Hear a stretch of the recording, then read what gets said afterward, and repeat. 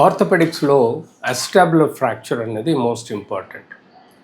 కామన్గా violent accidents కానీ high velocity accidents వల్ల కానీ ఈ అసిటాబులర్ ఫ్రాక్చర్స్ అనేది కామన్. అసిటాబులం అంటే మన తొంటి ఏదైతే బాల్ ఉంటుందో ఆ బాల్ వెళ్ళి మన పెల్విస్ అనే బోన్ ఉంటుంది ఆ తొంటిలో, ఆ పెల్విస్ అనే బోన్ సాకెట్లో ఇమిడింప జరుగుతుంది. దీన్నే హిప్ జాయింట్ అంటాం.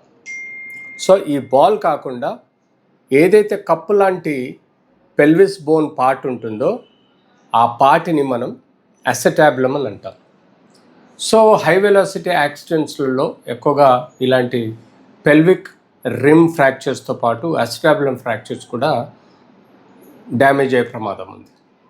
సో యూజువల్గా ఇది చాలా ఇంపార్టెంట్ జాయింట్, ఎందుకంటే మన వెయిట్ బేరింగ్ పార్ట్ అంతా ఆ జాయింట్ నుంచి కింది కాళ్ళలోకి పోతుంది. మనం ఎక్కువగా నిలబడడానికి రిసోర్సు, కూర్చుండడానికి రిసోర్సు ఈ అసిటాబులం యొక్క ఇష్కియల్ బోన్స్ వలన ఉంటుంది. సో ఎప్పుడైతే మనం ఈ ఫ్రాక్చర్స్ని చూస్తామో ప్లేన్ ఎక్స్రేలో, దాన్ని ఇన్ డీటెయిల్గా 3D ఎక్స్రే తీసుకుంటే మనకు 3D CT స్కాన్ తీసుకుంటే మనకు అప్రోప్రియేట్ ఫ్రాక్చర్ ఫ్రాగ్మెంట్స్, దాని కాన్ఫిగరేషను అంతా తెలుస్తుంది. సో యూజువల్గా మేజర్ కార్ యాక్సిడెంటో, బైక్ యాక్సిడెంటో, రోడ్ ట్రాఫిక్ యాక్సిడెంట్ అయినప్పుడు ఈ తొంటిలో సివియర్ పెయిన్, బ్రూజింగ్, స్వెల్లింగు, ఎందుకంటే ఈ పెల్విస్లో రక్తనాళాలు ఎక్కువగా ఉంటాయి, అవి పగలడం, చిట్లడం, తద్వారా బ్లడ్ క్లాట్ అనేది పెల్విస్లో ఫామ్ అవడం, ఈ అసిటాబులం కప్పు చుట్టూ కూడా బ్లడ్ ఫామ్ అవడం, అలాగే ఆ కప్పు మొత్తం కూడా విరిగిపోయి డిస్ప్లేస్ అవడం అన్నది జరగవచ్చు. సో తద్వారా కూర్చున్నా నడిచినా కూడా సివియర్ పెయిన్ వస్తుంది. సో టెక్నికల్గా మనకు క్లినికల్ డయాగ్నోసిస్ అయిన తర్వాత ఎక్స్రే తీస్తాము. ఎక్స్రేలో బేసిక్ ఫ్రాక్చర్ గురించి తెలుసుకుంటాం. తర్వాత CT scan with 3 dimensional reconstruction చేస్తాము. తద్వారా ఏ ఫ్రాగ్మెంట్ ఏ షేప్లో ఎలా ఇరిగింది, అది ఎలా డిస్ప్లేస్ అయింది, ఎంత దూరం కదిలింది అనేది తెలుసుకోవడం జరుగుతుంది.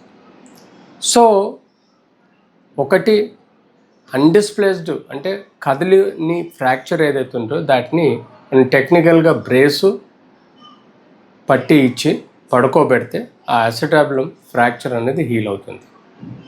కొంతమందికి స్కిన్ ట్రాక్షన్ వేసేసి మేము పడుకోబెడతాం కాళ్ళకి, తద్వారా కూడా ఈ అసిటాబులం ఒక పొజిషన్లో ఉండి హీల్ అయ్యే ఆస్కారం ఉంటుంది. మూడోది డిస్ప్లేస్డ్ ఫ్రాక్చర్ అసిటాబులం ఉన్నప్పుడు ఆబ్వియస్గా ఇంజన్లో బేరింగ్ చెర్రాలు ఎలా ఇరిగిపోతాయో అలా ఈ సాకెట్లో కాన్ఫిగరేషన్ ఇరిగిపోయి అటు ఇటు కదిలినప్పుడు దాన్ని డిస్ప్లేస్డ్ ఫ్రాక్చర్స్ అంటాం. అప్రాపరియేట్గా రిడక్షన్ చేస్తే ఆ ఫ్రాక్చర్ని, ఆ అసిటాబులం కప్పు యొక్క ఫ్రాక్చర్ని ప్రాపర్గా రిడక్షన్ చేసి కూర్చోపెడితే కానీ మనకు ఫ్యూచర్లో హిప్ జాయింట్ మూమెంట్కి ప్రాబ్లం రాదు. సో ఐడియల్లీ చాలా వరకు అసిటాబులర్ ఫ్రాక్చర్స్ డిస్ప్లేస్డ్ ఉంటాయి. వాటిని ప్రాపర్గా ఓపెన్ చేసి ప్రాపర్గా ప్లేట్స్ అండ్ స్క్రూస్ ఫిక్సేషన్ చేసి ఉంచగలిగితే మనకు ఎలాంటి రిస్క్ ఉండదు, కాంప్లికేషన్స్ ఉండవు. సో ఎర్లీగా మనం మొబిలైజ్ చేయొచ్చు, నడిపించవచ్చు. సో యూజువల్గా అసిటాబులర్ ఫ్రాక్చర్స్లలో కాంప్లికేషన్ ఏంటంటే సడన్గా సివియర్ బ్లీడ్ అయ్యి డెత్ అవ్వడం, యూట్రస్ బ్లాడర్కి ఇంజురీ అవ్వడం, అంతేకాకుండా intestines, large intestine, sigmoid, colon లాంటివి డ్యామేజ్ అవ్వడం అయ్యే ఆస్కారం కూడా ఉంటుంది. దాంతోపాటు రక్తనాళాలు, మేజర్ రక్తనాళాలు కూడా పెల్విస్లో ఉంటాయి కాబట్టి అవి డ్యామేజ్ అయ్యే ఆస్కారం ఉంటుంది. నర్వ్ ప్లెక్సెస్, మేజర్గా వెన్నుపూస నుంచి వచ్చే నర్వ్ ప్లెక్సెస్ అందులో నుంచి పాస్ అవుతాయి కాబట్టి there is a possibility of nerve plexus injury, కాళ్ళల్లో నరాలు దెబ్బతినొచ్చు. సో ఇలాంటి సమస్యలు మనం మనసులో పెట్టుకొని, బ్లాడర్ ఇంజురీ అయితే కెథెటర్ వలన రక్తం గారుతూ ఉంటే మనం బ్లాడర్ ఇంజురీ ఉన్నట్టుగా భావించవచ్చు.